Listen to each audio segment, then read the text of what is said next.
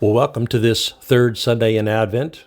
We're reflecting together on specific ways that we can act with intention and purpose to be oneness people living in a two-ness world. How we can administer small doses of anti-venom to the poison of division.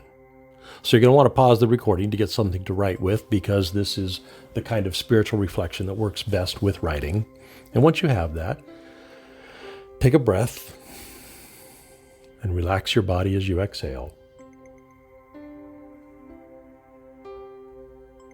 Another breath, and relax.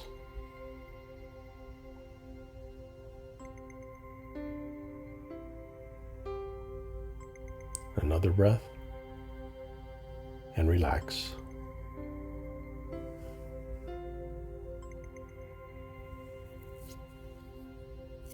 One of the best antidotes to division is simply acknowledging the other.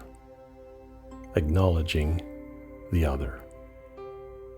Acknowledging someone else's presence, their thoughts, their feelings, that is a strong antidote to division. Now, on the face of it, it sounds so simple. Sounds like it's stating the obvious. You are here and I see you. You expressed a thought and I heard you. You broadcasted an emotion and I'm paying attention. But it's not that simple, is it? Because we don't do it very often. It's not the way of social discourse. We don't tend to acknowledge. Partly because to do so requires that we be attentive to the other, and that's difficult, especially when we feel divided. So simple things like greeting someone or making eye contact, or as we saw last week, smiling, doing that when we feel divided is difficult. But that's what makes acknowledging so powerful. What makes it powerful is the work that we have to do to acknowledge someone, to bring ourselves to recognizing and accepting their personhood, and doing it when we don't agree or when we don't believe what they say. That is work. As simple as greeting or eye contact sounds, we have to wrestle our own internal resistance to do it authentically. And that is spiritual work. It's character work. So let's reflect together this week. Could you acknowledge another, and could you do it authentically? Take a moment, see what bubbles up, and write that down.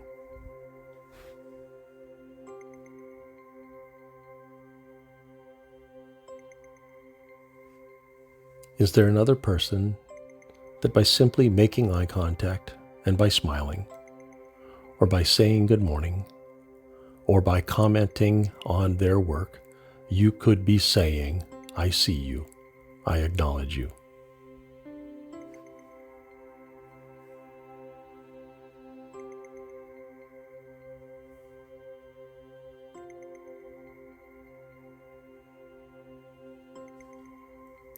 Last week we talked about listening.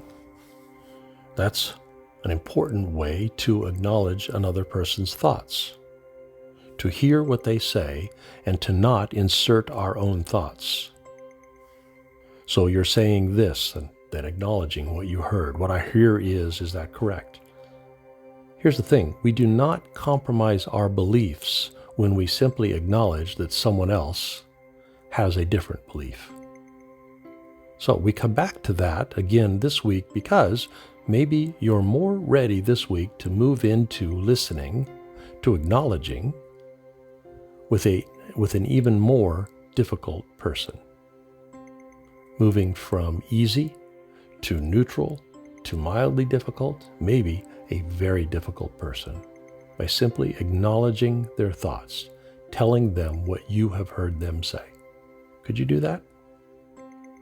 Could you acknowledge someone else's thoughts and not insert your own?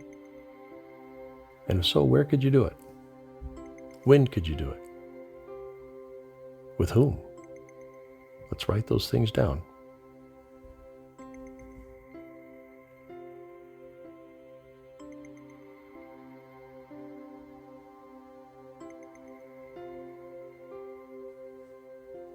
As always, pausing if you need more time. maybe we could acknowledge someone's feelings.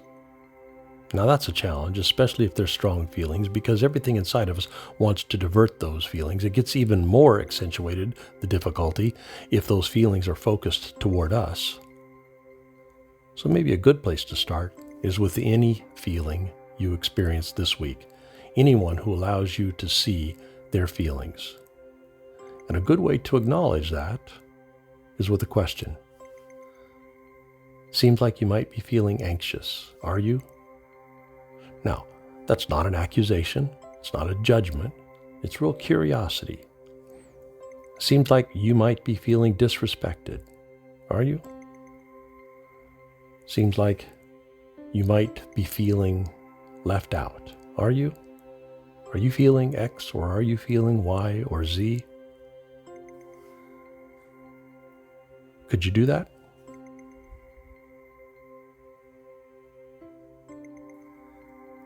Now, acknowledging someone's presence, or acknowledging their thoughts, or even acknowledging their feelings, it really is here now small doable territory. But it's also doesn't happen very often territory. So we need to make a plan, and then we need to practice. Is there a place this week that you could not react to someone's feelings? Not react with the impulse to help, not react with the impulse to divert, and certainly not react with the impulse to react out of your own emotions. Instead, simply name the feeling that you think you might see and ask, in a non-judgmental, non-accusatory way, are you feeling this way? Place this week, a person, write it down.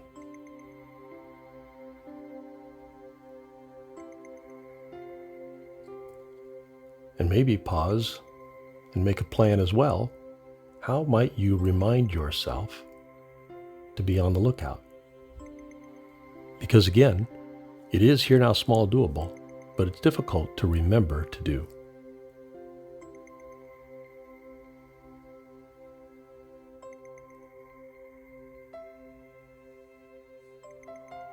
Acknowledging is an important antidote to division. So could you, this week? With whom? Where would you be?